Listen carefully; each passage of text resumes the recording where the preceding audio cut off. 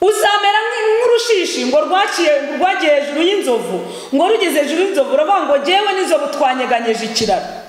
Inzovu niyo yanyeganyeje ikiraro, ariko urushishi ruvuga ko ariko rwanyeganyeje ikiraro. Bibiliya ivuga ko abantu ngo bazarushaho kuyoba. Nta kintu na kimwe wakora utagihawe n'Imana. Ngo batukana, ibitutsi biragwiriye, ngo bazaba batukana.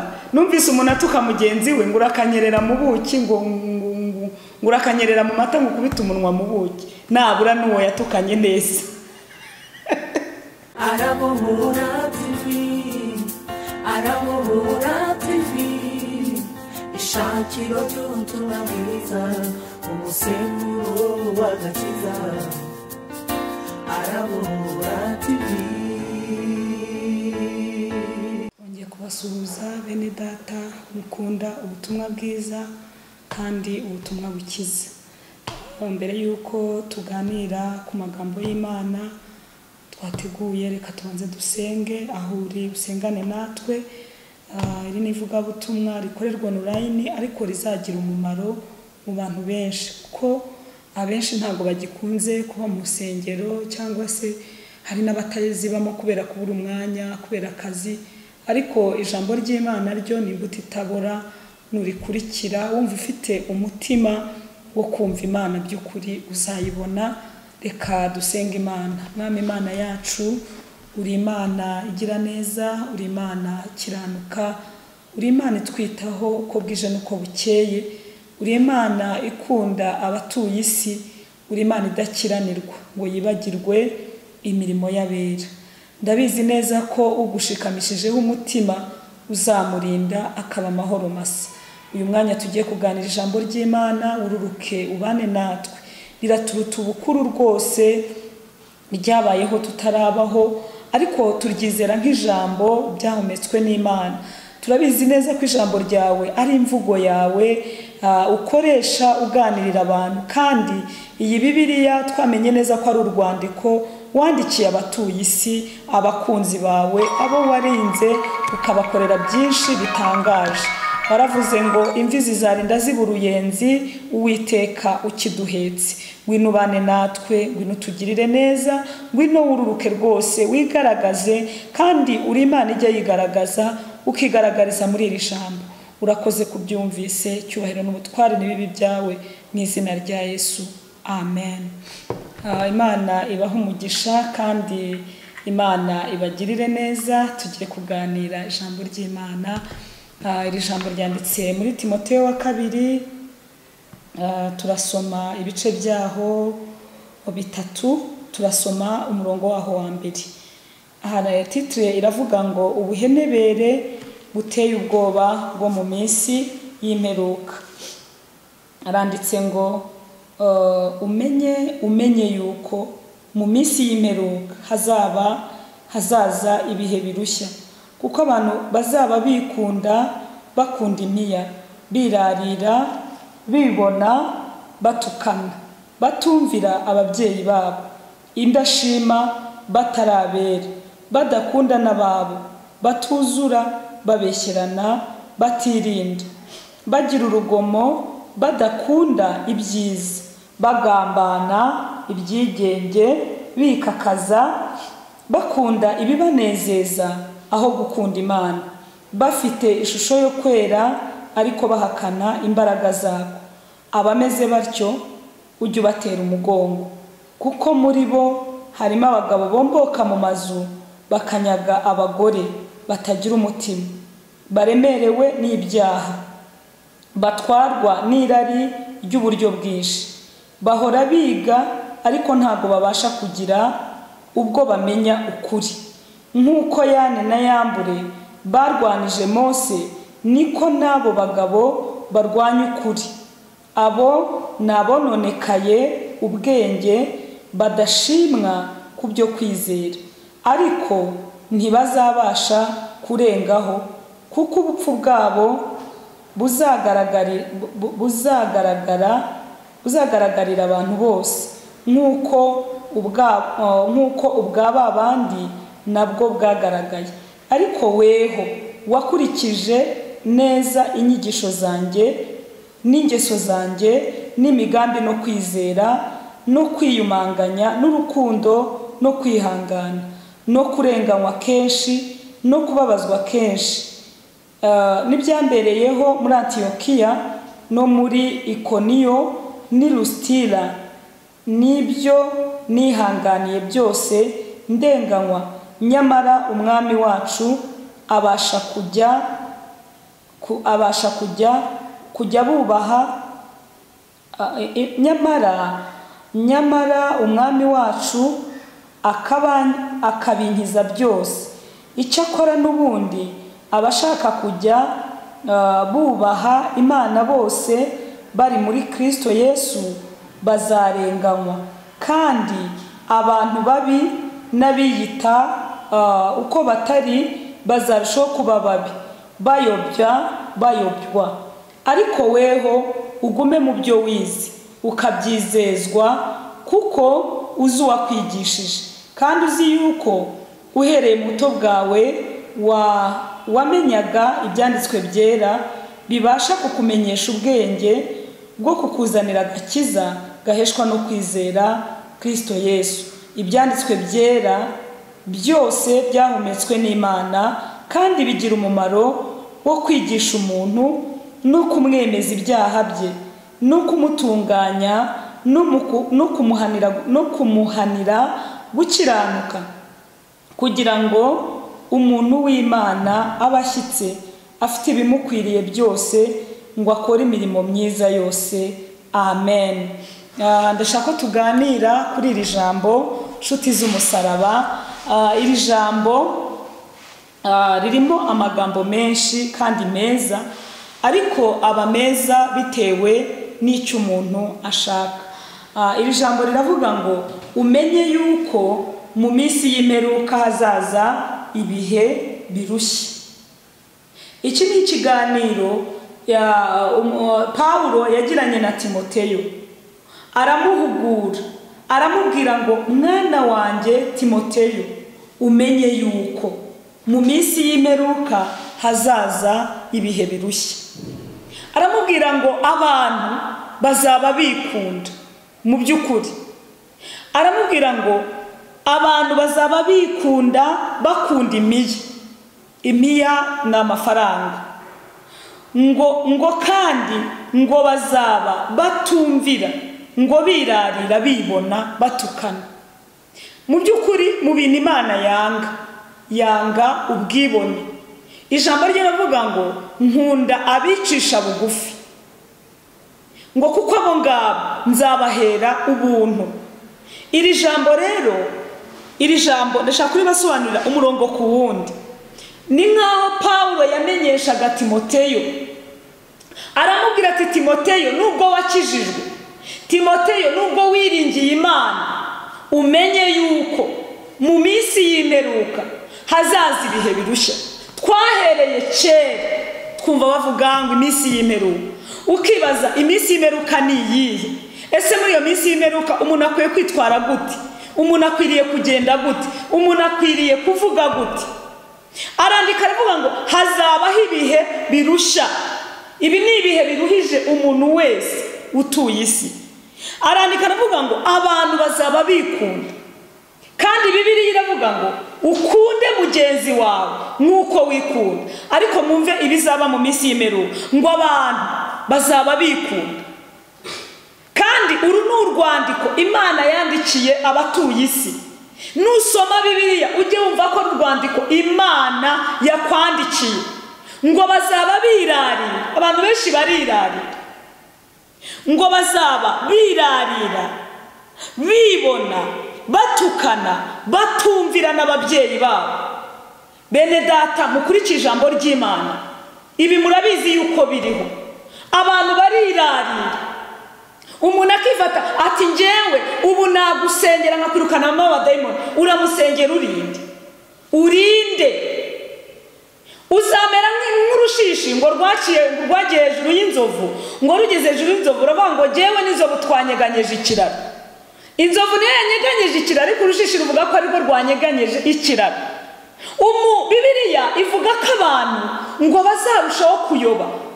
nta kintu na kimwe wakora utagihawe n'Imana. Ariko usanga abantu ngo nimuze ngo ndabavumura, uramuvumura urinde. Umwami Yesu niwe uvumura abantu ariko agira abanyuramo. Ariko dore ikibazo aho kiri, abanyuramo bamaze kwirarira ku rwego rwo hejuru, barumva ko aribo babikora, ntabyo washobora. Umwami Yesu niwe ubikora. Imana itugirire neza. Iri jambo riravuga ngo bazaba batukana, ngo batukana, ibitutsi biragwiriye, ngo bazaba batukana. Numvise umuntu atuka mugenzi we ngo urakanyerera mu buki, ngo urakanyerera mu mata, ngo kubita umunwa mu buki, nabura n'uwo yatukanye neza. Sibyo? Ngo arakanyerera mu mata, ngo akubita umunwa mu buki, ngo yaramutuze. Ni bya bitutsi by'abantu bakijijwe nyine. Ariko ibyo si byo shatse kuvuga, nakari kaciye. Uyu we yaravuze ngo bazaba batukana, umuntu agahangara nyina wamubyeyi cyangwa se wamubyaga mutuka. Mana itugirire neza, Mana dutabare bene data.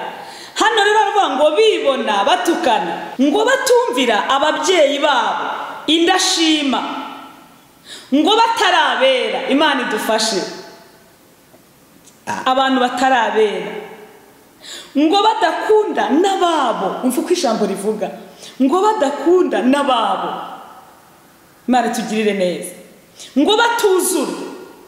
Mu by'ukuri bene data, mubona abantu buzura, abantu batuzura. Reka twe kujya mu miryango, tujye mu nshuti zisanzwe, abantu ntabwo bazaba buzura. Jye narakijijwe nkabona abantu bose barampunga, nkibaza ikibaye. Niko bimera, batuzura. Iyi ni iminsi y'imperuka.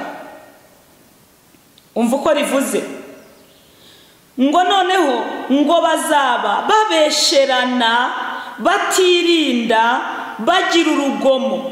Bazaba babesherana, ibinyoma ari byinshi. Umuntu arahaguruka akabeshera mugenzi we kugira ngo wenda atagira umugisha runaka. Imana itugirire neza. Akagenda akavuga ati runaka ameze gutya na gutya, ngo babesherana. Uru ni urwandiko Imana yandikiye bene abo bantu, nshuti z'Imana. Imana idutabare. Ngo bazaba babesherana. Muzi ukuntu abantu bajya babesherana? Uzi ko umuntu ajya ahimba ikinyoma, akaza akavuga ati nabonye runaka aryamye mu nzu kwa runaka, abesha. Abantu bagasenyerana bagenzi babo ingo, bakabesha. Imana ibarengere nshuti z'Imana. Ngo bagambana, bagira urugomo, ngo badakunda ibyiza. Uzi ko ubu niyo wagira gute n'umuntu wakorera ibyiza ntabibona, agahora abona ibibi gusa. Bibiliya ijambo ry'Imana ngo bazaba badakunda ibyiza. Icyo nkundira Bibiliya, irerura ikabwiza abantu ukuri. Nshuti y'Imana nkurikiye, ntugire ngo ndi kukubwira cyane. Oya, niko ijambo ry'Imana rivuga, ngo bazaba babesherana. Umuntu yigeze kumbeshera, aragenda arabihamya, arabisinyira. Icyo gihe yaragambire ko banyirukana mu kazi, arabikora. Ibi tubabwira bibaho. Ariko nubwo bazaba bameze gutyo, Imana izaba mu ruhande rw'abakiranutsi. Ntabwo abakiranirwa bararusha Imana imbaraga. Ndagira ngo ntangarize isi n'abayituye, Imana iracyafite imbaraga zo gukubita iyo migambi mibisha, zo gukubita ako kagambane, zo gukubita urwo rugomo. Haleluya. Imana izabikubite mu izina rya Yesu. Umva uko Bibiliya ivuga, ngo batumvira ababyeyi babo. Uba abana barananira ababyeyi, ntibabumvira. Umwana arihandagaza avuga ati wambyariye iki? Iyi ni Bibiliya, niko ibivuga. Ngo bazagambana, ngo babe n'ibyigenge. Ubu mu matorero ni ibyigenge, abantu benshi babaye ibyigenge. Usibye no mu matorero no hanze y'amatorero. None se niba amatorero bigira ibyigenge, murumva hanze bameze bate? Ngo bikakaza, kwikakaza, sinzi iki Kinyarwanda uko nakivuga. Kwikakaza ni nko kwishira hejuru. Ngo bazaba bishira hejuru, bumva ubuzima ari ubwabo, bumva isi ari iyabo. Uribeshe nshuti y'Imana, impanda nitavuga urupfu ruraza, ntabwo urupfu uzarugurira, ntabwo wakwishyira hejuru imbere y'urupfu. Imana itugirire neza. Ngo bakunda ibibanezeza aho gukunda Imana. Ayo mpageze ndababara cyane. Ngo abantu bazaba bakunda ibibanezeza. Yesu yamennye amaraso y'igiciro cyinshi kugira ngo abantu babone ubugingo buhoraho, ariko abenshi bari gukunda ibibanezeza aho gukunda Imana. Imana itugirire neza. Ngo gukunda ibibanezeza, sinzi niba gukunda ibibanezeza muri kubyumva. Muri make njya numva abantu bavuga ngo nta mukozi w'Imana ukena, ngo nta mukozi w'Imana ukena. Yego Mana, ntawe ukena kandi jye nyirye kandi ndiwe kandi gerageza kubaha Imana. Jye nirinda ibyaha n'igisa nacyo, ariko ubukene bujya buza, birashoboka, ariko ntabwo Imana irekura umuntu. Ibyo bituma abantu bagenda bakora ibyango kugira ngo bakire, abenshi bakabeshya. Bibiliya iravuga ngo umukiranutsi arageragezwa, ariko ntabwo Satani anesha. Haleluya. Njye ndumva inyigisho ziri hano hanze zaranyobeye ngo nakuntu ngo waba ukorera Imana, ngo usenga, ngo wiyiriza, ngo ukene. Ego Mana yanjye, ngo ni waba uyobora itorero, ngo ukene. Gute se umugaragaro utashebuja? Yesu yambaye ikanzu imwe, Abisirayeli byababayeho, ariko hari icyo Imana yakoze, ngo imyambaro yabo ntabwo yasazaga. Imana itugirire neza. Imana ijya ibikora imyambaro ntisaze, ariko ubwo bukene ububuzi pe bibaho. Nese mbabwiye ko nabuzi, uze natangiye ivuga butumwa nambaye iki? Uwarisha no kwambara nk'imyenda ibiri, ariko ugakorera Imana ukumva uranyuzwe. Abantu babuze imitima yo kunyurwa. Ugomba kunyurwa mu izina rya Yesu. Ibyo byo banga ngo hakorera Imana byateye abahanuzi rero kwikakaza, abaragenda bahanura ibinyoma. Ngo kuko ngo nta mukozi w'Imana ngo ushobora gukena. Umuririmbyi yavuze ngo icyakora inzara yakugeraho ukababara pe, ushobora gusonza rwose ukababara pe, warya rimwe abantu bose bakabimenya, ariko uhumure ntabwo uzicwa n'inzara. Uhumure ntabwo uzicwa n'inzara, ntabwo tuzagushingura ngo wishwe n'inzara. Ni Dawidi wabivuze. Aravuga ngo mbese wari wabona umukiranutsi wishwe n'inzara cyangwa ngo asabirize ibyo kurya? Ubundi umukiranutsi ntabwo agenda asabiriza ibyo kurya, ntabwo asabiriza, yiringira Umwami Yesu ko azamukorera byose. Ndagira ngo senye izo nyigisho wowe wazakiriye ukaba uzirimo, ntabwo ari ukuri. It is not true, ntabwo ari ukuri. Byateye abantu rero kujya mu bigirwamana, ngo bazaba bakunda ibibanezeza. Umuntu akananirwa kunyurwa n'ibyo afite, akagenda akemera ngo ati reka nsambane njye mbona akazi. Bajya babikora. Nese ndababwira ibyo ntabonye ariko mumbabarire munyumve neza. Yewe nabonye akazi keza ndagakora. Umubosi wanjye arambwira ati nitutaryamana nzakwirukana. Tujye tuvuga ukuri. Byaje no kurangira agambire kunyirukana, akajya nkorera ibibi byinshi, akanyiba amadokima. Icyo gihe aho nakoraga kugira ngo nanirwe nemere nkora ibyo byaha, ariko nafashe ukwanjye kuboko ndandika, ndavuga ni ku mpamvu zanjye bwite nsezeye akazi. Ubu se narapfuye, ubu se sindiho. Reka mbabwire bene data, mureke gukunda ibibaneze. None se ninde wari bumbona? Ariko wowe urimo uragenda ugakora ibyaha, warangiza ukaza ngo ndashima Imana yamaye akazi, yakaguhaye ko wasambaye, yakaguhaye ko watanze ruswa. Imana ntabwo yemera ruswa. Nakabone n'u Rwanda na perezida w'igihugu ajya banga ruswa ni ikizira, akabuza abantu, ariko bakanga bakabikora. N'Imana nibyemera. Hari abantu bajya banyandikira akambwira ati ariko Betty ko watuziye none ibi bintu byose ubu tubwira none se nyine niba ubikora ubireke biri mu ijambo ry'Imana. Kandi izi Bibiliya mureba gihe kigiye kugera zicibwe, bazikureho, bashireho izindi Bibiliya zirimo ibyo abantu bashaka. Bandike Bibiliya zirimo ko kwinezeza nta kibazo, gusamara nta kibazo, ngo ari urukundo. Ariko mwebwe ntabwo mubona amayeri ya Satani. abantu bakagenda bakavuga ngo n'abana bato ngo nta kibazo, ngo bajye bakoresha udukingirizo. Nibadukoresha. Abandi bafashe za family planning ari impinja. Ntabwo mubonamo ubugome bwa Satani. Imana itugirire neza. Iri jambo riravuga ngo bazaba bakunda ibibanezeza aho gukunda Imana. Mu by'ukuri murakunda ibikunezeza ukavuga uti reka mpfe gukora icyaha, ubuzima bukomeza. Buzakomeza se ntuzapfa? Uragikoze ariko n'ubundi ni hahandi, ntabwo uzahora uzapfa. Nose umunsi wapfuye wajyanye ubuzima bwawe ikuzimu, uranapfuye. Uwo muntu yarangerageje agera ubwo ambwira ngo nzakwirukana, mbwira uzanyirukane nta kibazo. Aranyirukana. Imana itinyera buruse njya no kwiga. Imana igishyigikira abasenga. Nimumva mbabwira ibintu si uko nabizi. Nimubone turi abashomeri twicaye twarihanganye ngo mugiremo, twahuye n'ibigeragezo nk'ibyo, ariko twanga kurekura umwami wacu. Azaturengera, mumumere icyuba, azadutabara ubwe.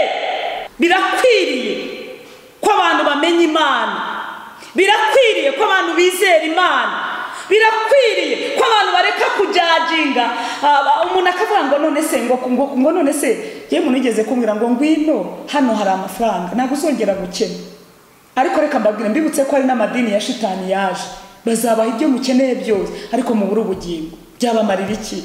Kuguha ibyo ukeneye byose ukaba muri etaje, ukaba ahantu heza, ariko ukabura ubugingo. Ndakwifuriza ko wagira ubugingo mu izina rya Yesu.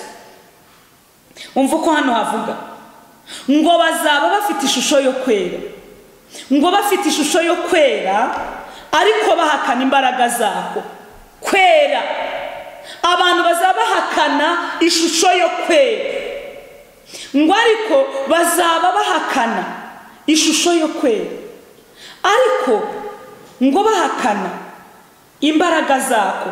Ngo bameze batyo ujye ubatera umugongo, Imana ibaha umugisha. Hano haravuga ngo muri bo, mwumve, ngo kuko muri bo harimo abagabo bomboka mu mazu, ngo bakanyaga abagore batagira imitima. Mbega ibigore bitagira umutima we, ngo baromboka mu mazu. None si imanza twirirwamo niziye? Siza bombotse mu mazu. Aroza ngo bamufashe yombotse mu nzu kandi yaranasengaga, ngo atanga amafaranga kugira ngo batabivuga. Ayo mafaranga wari buzaturira Imana, wari buzaririra abana, ugiye kuyatanga muri ibyo bizira. Imana ikugirire neza rwose. Ngo bazaba bomboka ngo kandi ngo bombokere n'abagore batagira imitima, ngo baremerewe n'ibyaha, ngo batwarwa n'irari ry'uburyo bwinshi. Mwumva ukuntu biri irikiriye, ngo bazatwarwa n'irari ry'uburyo bwinshi. Hari iry'umubiri, hari iry'iby'isi, hari iry'ibintu. Imana iturengere rwose, kuko ijambo ry'Imana riri kiriya. Ngo bahora biga ariko ntabwo babasha kugira ubwo bamenya ukuri. Ngo nk'uko Yane na Yambure barwanije Mose, niko n'abo bagabo barwanya ukuri. Hari abantu bari kurwanya. Ngo abo nabononekaye ubwenge, ngo badashimwa ku byo kwizera. Mwumve, uzi ko ushobora no kubana n'abantu mu itorero bakajya barwanya ukuri. Bibiliya bita ngo nabononekaye ubwenge. None se reka mbibarize, ni gute uzabana n'abantu mu nzu y'Imana ukabona barakurwanya kandi mubana mukorana? None se ubwo si Yane na Yambure, ubwo se si bo nyine barwanya ukuri? Si bo Bibiliya ivuga? Abantu barwanya ukuri nekereza ko ari abantu bigeze no kukumenya barangiza bakakureka. Abo Bibiliya ibita ko ari babi cyane, kuko bo barwanya ibyo bazi. Ngo kandi ngo abo ngabo bazaba badashimwa mu byo kwizera. Ubu hari abantu mu by'ukuri badashimwa mu byo kwizera kandi bitwa abizera. Imana itugirire neza. Ukwiriye guharanira gushimwa n'Imana kuruta uko washimwa n'umwana w'umuntu. Ngo ariko ntibazabasha kurengaho, kuko ubupfu bwabo buzagaragarira abantu bose. Ubupfu bwabo bene abo bantu ngo hari igihe buzagaragarira abantu bose nk'uko ubwaba abandi nabwo bwagaragaye. Aba ngaba ni babandi barwanya ukuri, ni babandi. Ubu hari timu nini cyane irwanya ukuri, irahari. Hari abantu bari gukorera satani ku mugaragaro. Hari abo numvise ngo niba ari iminota 7 mu bwami bw'ijuru, ubwo murumva aho isi igeze. Abantu bakagenda bakajya mu nsengero mbere yuko basenga, bakabanza kujya mu byumba ngo bagakora ibyaha, ngo bakabaderivura. Ngaho nyumvi bakabashiramo ibyaha n'imivumo n'iki, kandi ngo barimo bararwanya ukuri, ngo Imana tugirire neza. Kandi aha Bibiliya yavuze ngo bene abo bahora biga ariko ntibamenye. Hano hanze hari ibintu bibi cyane, aho abana bagenda iminota 7 bakajya mu byumba bagakora ibyaha, ngo ni 7 minutes in heaven. Unyumvire nawe, iyi ni timu nini. Nimubona abasenga by'ukuri barwanywa, mumenye neza ko ari ya minsi yimeruka. Yesu agiye gutwara itorero rye ryera. Bibiliya iravuga ngo bazarwanya abizera, ngo kugera n'ubwo bazananiza n'intore z'Imana, ngo niba bishoboka. Ariko Imana ibwira Timoteyo, umva uko Paulo Imana yabwiye Timoteyo inyuze muri Paulo, ngo ariko weho wakurikije neza inyigisho zanjye n'ingeso zanjye n'imigambi no kwizera no kwiyumanganya n'urukundo no kwihangana no kurenganywa kenshi no kubabazwa kenshi n'ibyambereyeho muri Antiyokiya. Uwo ni Paulo wivugaga. No muri Ikoniyo ni Lusitira n'ibyo nihanganiye byose ndenganywa, nyamara umwami wacu akabinkiza byose. Imana izabigukiza wowe uri murengana, wowe uri mugeragezwa. Ngo icyakora n'ubundi abashaka kujya bubaha Imana bose bari muri Kristo Yesu bazarenganywa. Umva ko ijambo rivuga. Icyakora abashaka kujya bubaha Imana bari muri Kristo Yesu bazarenganywa. Kandi mwumve 13, abantu babi n'abiyita uko batari bazarushaho kuba babi, bayobywa n'abantu babi. Abantu Bibiliya yita abantu babi, urumva umuntu mubi, ngo n'abiyita uko batari. Abo ni babahanuzi b'ibinyoma, abo ni babandi bagenda basebanya, abo ni babandi bagenda biba, abo ni babandi birayita indashima. Ngo abantu babi n'abiyita uko batari bazarushaho kuba babi. Nicyo gihe tugezemo. Reka kuvuga ngo none se nyine bazarushaho kuba babi. Imana itugirire neza. Ariko Imana irakubwira wowe wihanganye, ngo ariko weho ugume mu byo wize ukabyizezwa. Bwana sifiwe sana, kuko uzi uwakwigishije kandi uzi yuko uhereye mu buto bwawe wamenyaga ibyanditswe. Ndabakangurira kumenya ibyanditswe byera. Hano haravuga ngo ibyanditswe byera bitwigisha. Ibyanditswe byera, ibyanditswe byera 16 haravuga ngo ibyanditswe byera byose byahumetswe n'Imana kandi bigira umumaro wo kwigisha umuntu no kumwemeza ibyaha bye no kumutunganya no kumuhanira gukiranuka, kugira ngo umuntu w'Imana abashyitse rwose afite ibimukwiriye ngo akore imirimo myiza. Imana itugirire neza.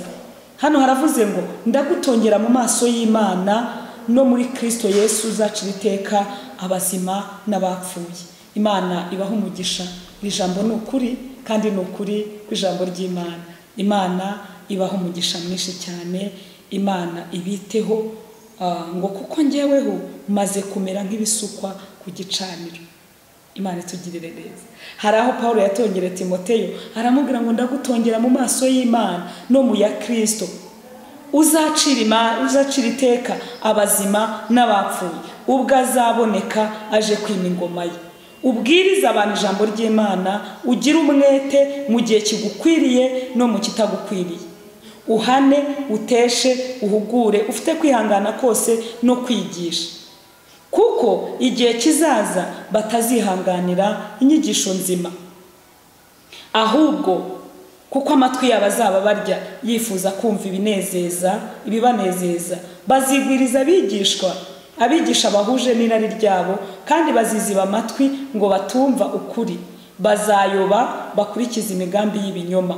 Ariko weho wirinde muri byose, wemere kurenganywa, ukore umurimo w'Imana w'ubwirizabutumwa bwiza, usohoze umurimo wawe wo kugabura iby'Imana. Imana ibaho umugisha mwinshi cyane. Ariko weho wirinde muri byose, wemere kurenganywa, ukore umurimo w'ubwirizabutumwa bwiza. Yego natwe tujya turengana, umuntu ajya abwiriza ubutumwa bwiza, babona nk'iyi cano bataha nga batangiye gusaba, buriya bashoje. Kamubwire Bibiliya iravuga ngo wemere kurenganywa, urenganyirizwa ubutumwa bwiza. Igihe kizagera umwami Yesu akenyera duhereze, atubwire ngo muruhuke ubwoko bwanjye. Nubwo bimeze gutyo, Imana ntizikuraho abakiranutsi, irabakomeje. Umva uko Imana ivugana nawe.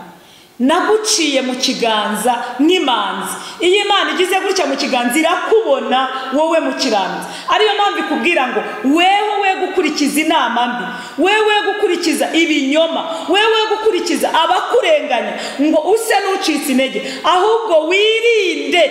Bwana sifiwe sana. Wirinde muri byose, wemere kurenganwa, ukora umurimo mu mubwirizabutumwa bwiza, usohoze umurimo wawe wo kugabura iby'Imana. Ngo kuko amatwi y'abantu azaba barya ashaka kumva inyigisho zihuye n'irari ryawe. Uzababona merutse kujya gusenga ahantu, mbona abantu buzuye ikibaya, nkabona umugabo afashe umugore w'abandi aramujuguta, jugu ibintu biteye isoni, ngo arimo aramuhanurira. Ujye unyumvira Mana yanjye. Cyangwa ukabona ibintu bigeze ku yindi level. Isodomu n'i Gomora harimbuwe kubera ibyaha byahakorerwaga. Imana irababaye aho abantu basigaye bagenda bakiyambura ukuri, bakagenda bakagambanirana, bakagambanira abana babo, bakagambanira Mana we. Imana itabare. Ngiye kubasengera, ariko unyumve neza, amatwi y'abantu mu minsi y'imperuka azaba barya. Amatwi arimo araryaryata. Umuntu arabwira umuntu ngo ihane, nibyo Imana inyeretse ngo nihane, ngo kwa Jenera Yesu niyongere no kukwiteza. Bitwaye ikizi? Amatwi arabari, barashaka ko bababwira ibyiza kandi bidahari. Imana ibafashe bene data. Ndagira ngo mbwire abantu bagihagaze mu nzira by'ukuri, ni mukomere. Umwami Yesu wanesheje azabaneshereza, azabatabara. Imana iracyarambuye amaboko kugira ngo igirire neza abayubaha. Ngo dore ukuboko k'Uwiteka ntabwo kwaheze ngo ananirwe gukiza, ngo ahubwo ibyaha by'abantu nibyo byayibujije. Ariko Imana izatabara abagenda batunganye. Nubwo Bibiliya ivuga ngo Imana ijya ivubira imvura ababi n'abeza, ariko igihe kizagera ababi bahanwe, abakiranutsi bagororerwe. Yohana arabyerekwa, haravuga ngo mbona intebe y'ubwami nini yera, ngo mbona n'uyicayeho, ngo isi n'ijuru bihunga mu maso hayo. Iyi ntebe y'ubwami nini yera niyo Yesu azicaraho ari gucira abantu imanza. Azabumbura ibitabo by'abanyamagambo, azabumbura ibitabo by'abarozi, azabumbura ibitabo by'abasinzi, azabumbura ibitabo by'abangana, banga babo n'abangana inzangano, azabumbura ibitabo by'abagambanyi, azabumbura ibitabo by'abasambanyi, azabumbura ibitabo by'abikinisha, azabumbura ibitabo. Imana itugirire neza. Hariho imyuka mibi iri kugenda ifata abantu. Umuntu ukajya kubona ukabona agiye ari muzima, arajujamye. Naraye ngize umubabaro mwinshi, nabonye umwana mwiza w'umusore abadayimoni bafashe, ngo atangira akora bene ibyo ku ishuri yikinisha, birangira ubwonko bwe bubaye atake. Nababaye umwana w'umusore yambabaje. Ndabona Imana tabara. Satani uzatsindwa kuko abiringira Imana izabatabara. Ndagira ngo mbwire Satani ko azatsindwa ku mugaragaro, mbihamye nk'uko ijambo ry'Imana rivuga. Ijambo rivuga ngo Imana izatabara abagenda batungana. Wowe uri mugeragezwa nshuti y'Imana, uri imbata ya Kristo, humura, igihe kizagera.